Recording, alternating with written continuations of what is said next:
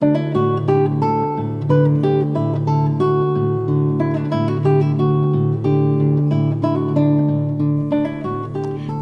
to Creative Conversations. I'm Roger Humphrey. In this episode, I'm pleased to welcome author and motivational speaker, Toby Dorr. Please join us as she talks about her journey from being incarcerated for over 2 years to her mission today to uplift women in a space, in her words, quote, where love's strength leaves no room for shame, unquote. Before we begin, please hit subscribe or follow and feel free to leave a comment. This really helps out the channel a lot. Thanks. And we are welcoming to the show author, podcaster, Toby Dorr. Thank you so much for joining us. I'm delighted to be here. Thanks for inviting me. Oh, yeah. I was looking over your website, and you have a fascinating story and a terrific mission in life. I think everybody should have a mission like that in one way or another. It's terrific. Can you kind of introduce us and Yes. and talk a little bit about what this is all about? I can. So, to give you some background on my story, in 2004, I started a prison dog program, which was a great thing, and it was making a difference in the world. But I fell in love with one of my dog handlers and thought it would be a great idea to help him escape in a dog crate. So, not the best idea, but I ended up doing 27 months in prison. And that was the worst time of my life, but it was also the best time of my life because you have so much time on your hands. I mean, really, that's all prison is about is time. There's nothing to do. So I took advantage of that time and used it to go back and work through my whole life and figure out things I needed to resolve or change and kind of chart a course for the future. And then since I have been released from prison, I realized that telling my story could help other women.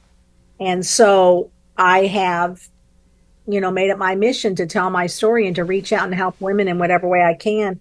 And I'm starting a nonprofit organization called Fierce Grace. And our mission is to create a space that's so filled with love that there's no room for shame.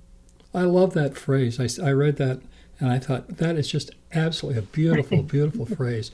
I applaud you for that right away. Thank you so much. Yeah, my work is really to help women through whatever they're going through. So I have a series of 3 workbooks for personal development. I'm working on a series of 3 leadership workbooks and then a series of 3 spiritual development workbooks. So really, whatever a woman is feeling a need in, I hope to have a program to be able to help them get through that. That's terrific. Now, do you have consultants that help you with this, or you're pretty much it's just me. You? Yeah, just me. Just me. That's a lot of work being yes, being it a is. one-man band or one-woman band. But I just love it. I just love the work I do, and it doesn't even feel like work. So just pretty fun. Well, there you go. That's the most important part. Is that part of the Unleashed series, or is that yes, something else? That is the Unleashed series, are those workbooks and programs. Gotcha. Okay. And yes. So how has life been since you've been out? I mean, you've got your work. Everything else is good? Well, it's really, I thought when I got out of prison, I could just, pop back into my life and continue going. But it doesn't work that way because your life literally comes to a standstill when you go to prison, and you just kind of sit there in a no man's land, and then you come out. But all the people in your life have continued with their lives and have had events without you in them, and they've moved on to other things, and you can't just fit right back in. You've got to kind of start over and create a new space. And sometimes that works out and sometimes it doesn't, and you just have to find a different direction. So it's been difficult at times and beautiful at times. So have you always written, or is this kind of a new talent? I've always written. I've always wanted to be a writer, but I wrote things like newsletters and just stories to share with friends. But I always did want to be a writer, and it's harder than I thought it would be. Because,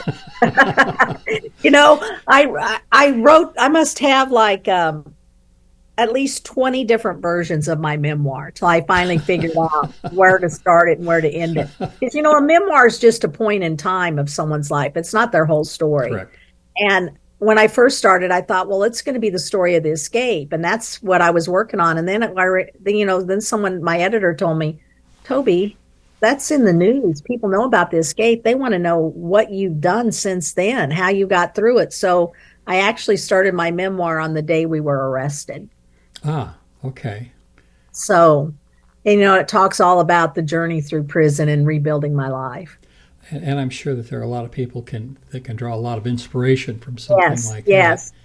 I still, I get emails. I get at least one email a week from some woman somewhere who I've never met who reaches out to tell me that my story has helped her in some way. Oh, that's and wonderful. That she could relate to whatever it is that she was emailing me about. So I feel really good about that. Because, to send me an email, they've got to go find me and get my email address. It's not just like, simple. Well, and I have to believe that you've got within that system, you've got two different kinds of women. You have the women who are incarcerated, have been in trouble, but you also have the women who are in love with men who are incarcerated, or in love with somebody else. Could be another woman too, but they're in love with somebody who's in there, and for them to understand what's going on also, that's got to be helpful, so that when that person is released, they can somehow patch their lives back up. And understand what you go through when you get out and try to come back into society. It's really difficult. And you weren't exactly living a life of crime prior to that, as I recall. No, I wasn't. I mean, still to this day, I've never even had a speeding ticket. I've never been pulled over, except for the car chase and the crash when I wasn't driving. But yeah. So now you also do workshops and you coach privately. Is that correct? Yes. Okay. How's that going as a business? It's going well. I've done a couple of shame. I have a workshop called Slaying Your Shame Dragon, and I've done that a couple of times. Really, it's so easy. I think women, even more so than men, are inclined to feel shame for something because we feel like we have to fix everything. We're the nurturers.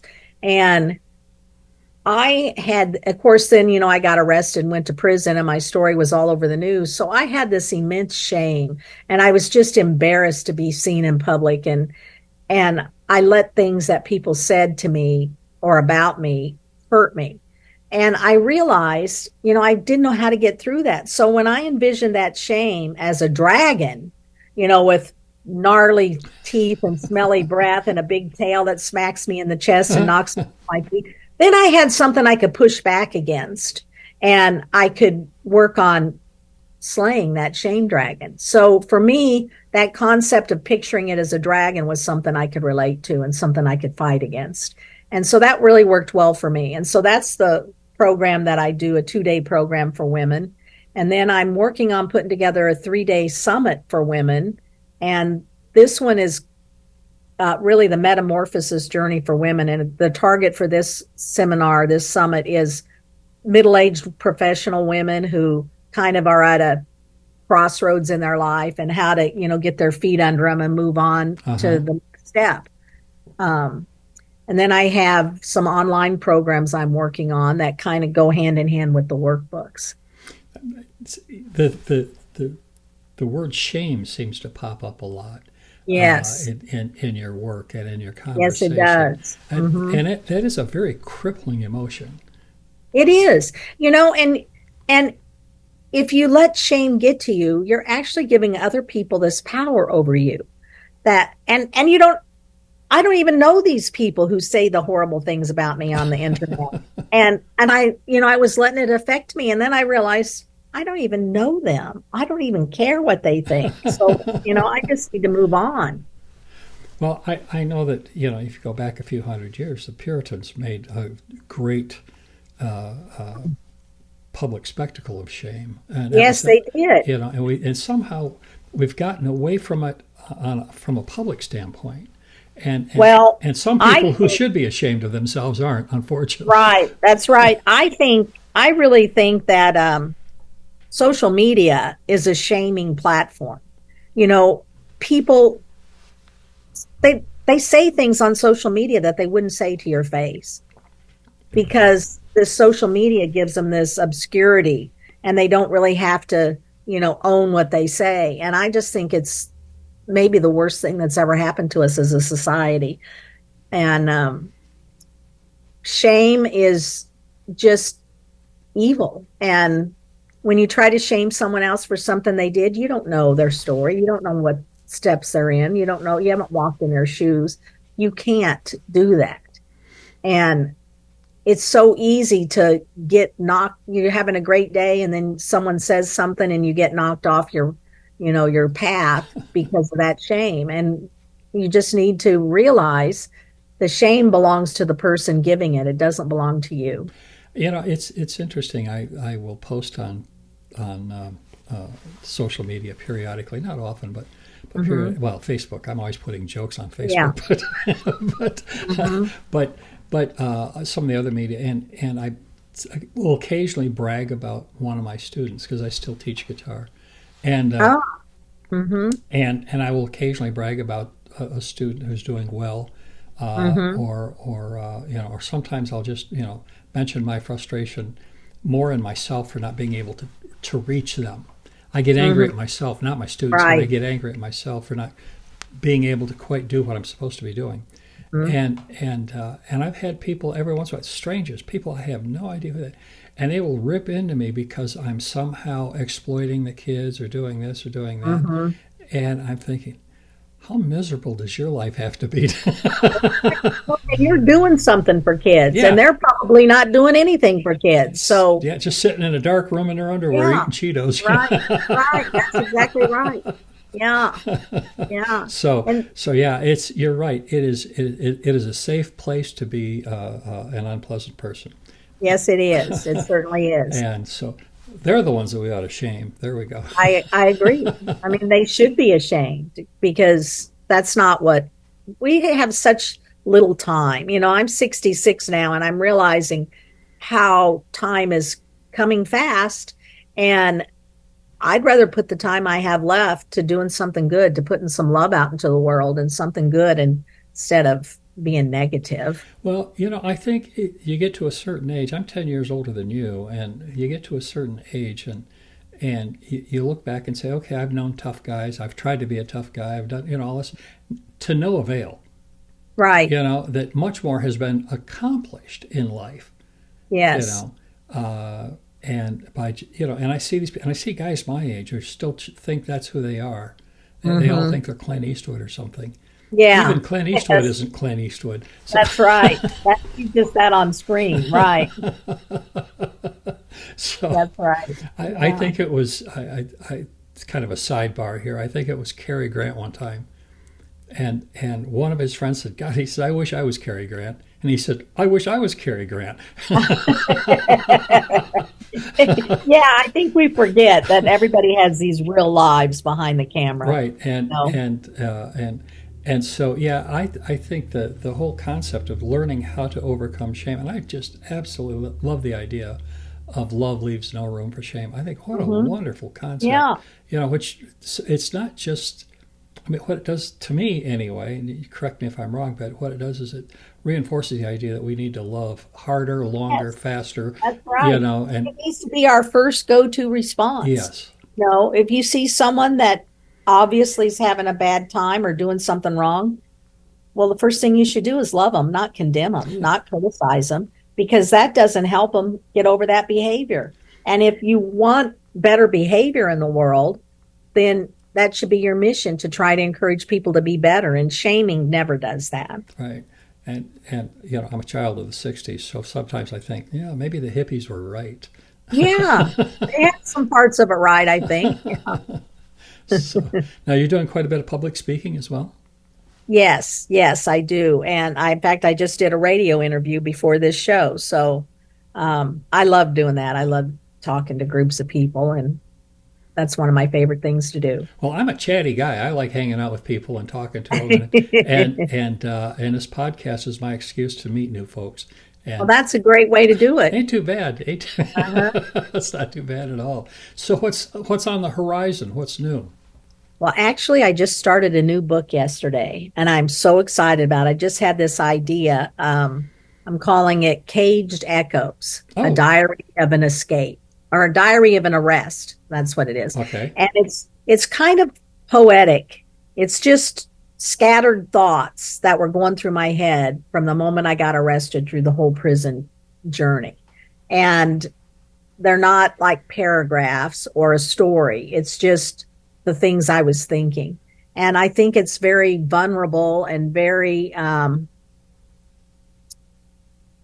opening, I think, to look at things that way. So I'm really excited about it. I've gotten through 5 days in my writing yesterday. Wow. So, Prolific. yes, I think sometimes when the urge strikes to be creative, it just comes out almost too fast. it does. I mean, it was like I was sitting in my car eating a breakfast sandwich in a parking lot, and then it was like, boom. And I was like, I got to go home and start. And there I went. I've talked to.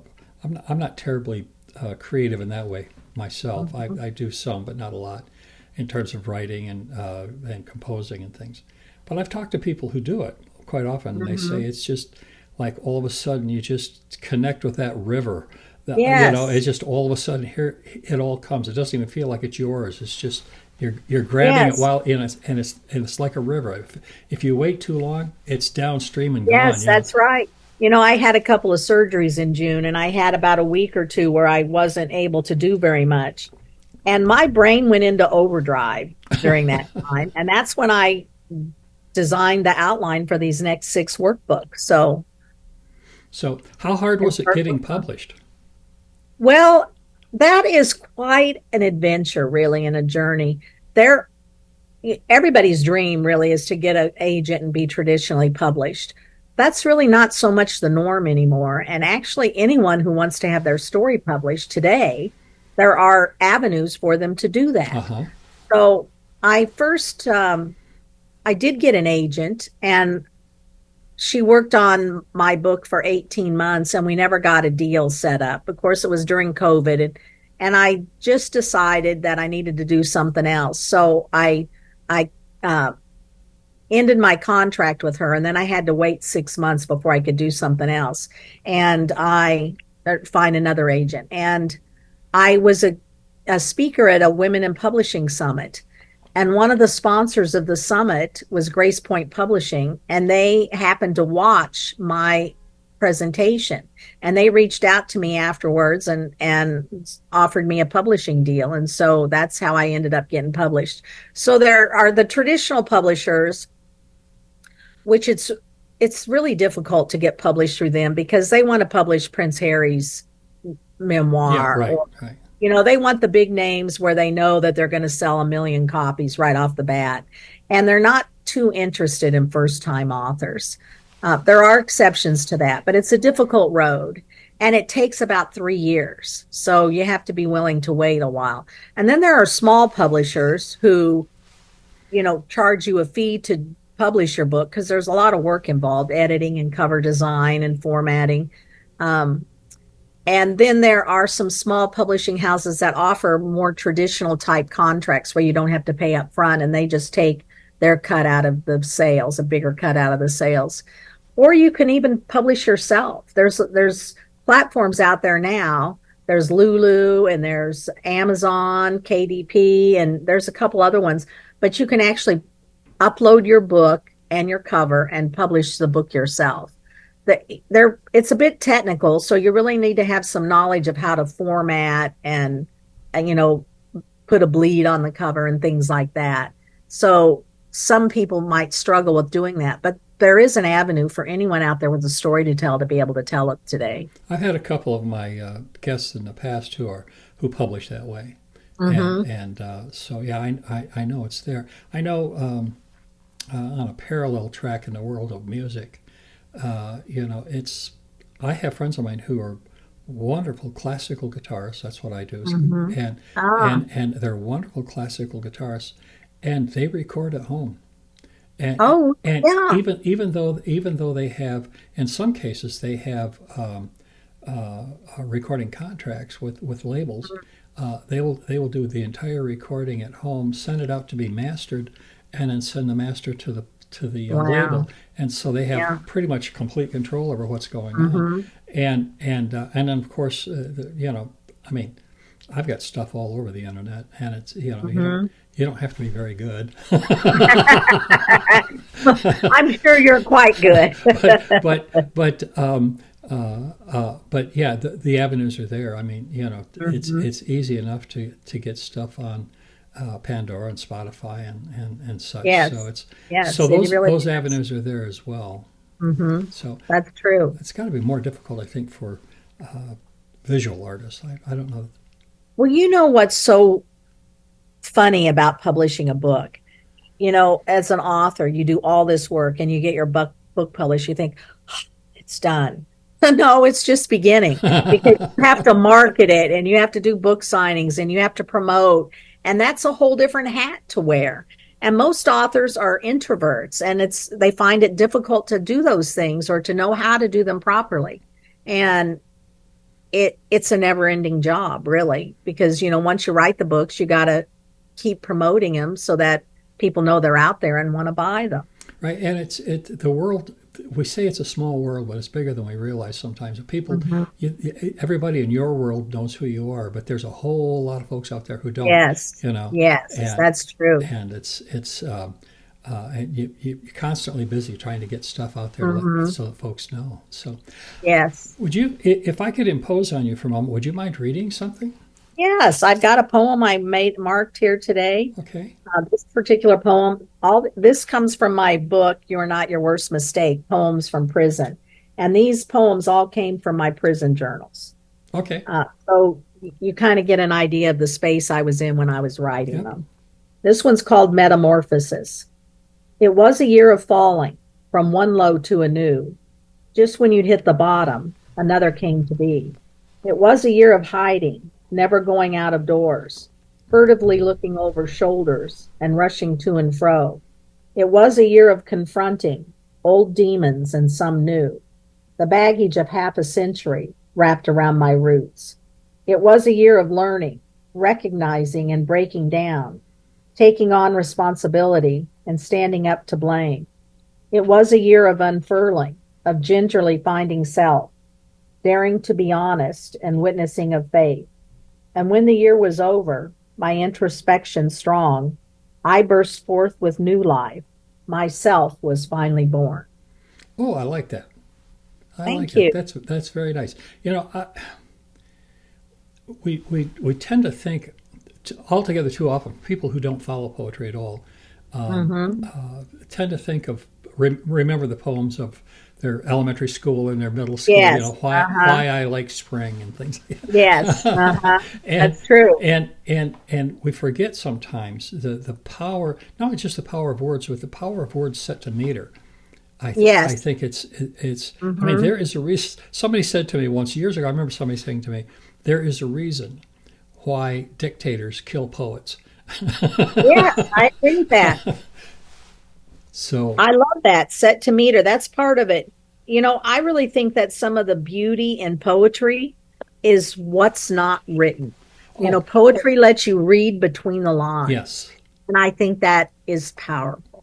and I mean, I remember when I was introduced to haiku so many years ago, and I thought such a simple form, and it's but it's so Hmm. powerful in what you're Yes. able to say, and Yes. you're forced to be concise. Hmm. Just Yes. jams. That's right. Yes. And if you do it right, you can say something in a handful of words, and somebody will think about it for weeks. So it's. That's true. That's so true. But I Yeah. think poetry is. I had a cousin who passed away here recently, unfortunately, but she was an award-winning poet, and we've Ah. had conversations about this over the years. And Hmm. she taught at Oakland University, which is near Detroit. And she taught Hmm. journalism Wow. and creative writing, but yeah, I mean, making a living as a poet's got to be a little tough. Yes. Yes. I mean, poetry does not sell as well as other books. No. That's for sure. But, um, a strange thing happens when you put a pen in your hand and you put it to paper.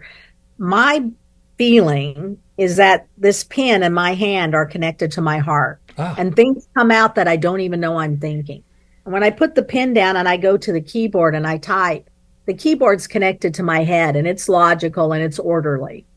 And so that's the difference. So I like to, jot things down in notebooks I've talked and let them form. I've talked to writers in the past, and a surprising number of them will prefer to use paper and pencil or paper and Hmm. pen. Hmm. But no one's ever made that connection before. I think it's wonderful.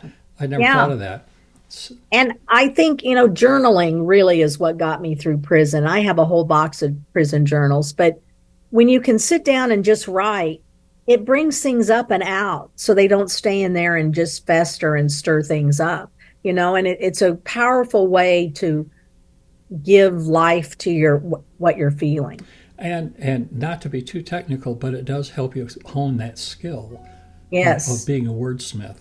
Hmm. And so I think that's important. So you learn, say, oh, gee, this is it's kind of a cool phrase here. That something pops up, Yes. and, Yes. and Uh-huh. you kind of go back and steal that phrase for another time. But Yes. that's great. So, and you have a podcast, and I was I listening to a do. little bit of that. Can we talk a little bit about that? Yes. So my podcast is called Fierce Conversations with Toby.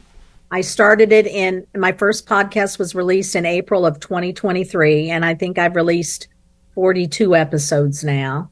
And really, my podcast is about discussing life's difficult journeys and discovering the silver linings in them. So we talk about things that people don't talk about: the death of a child, a miscarriage, um, being wrongly incarcerated, um,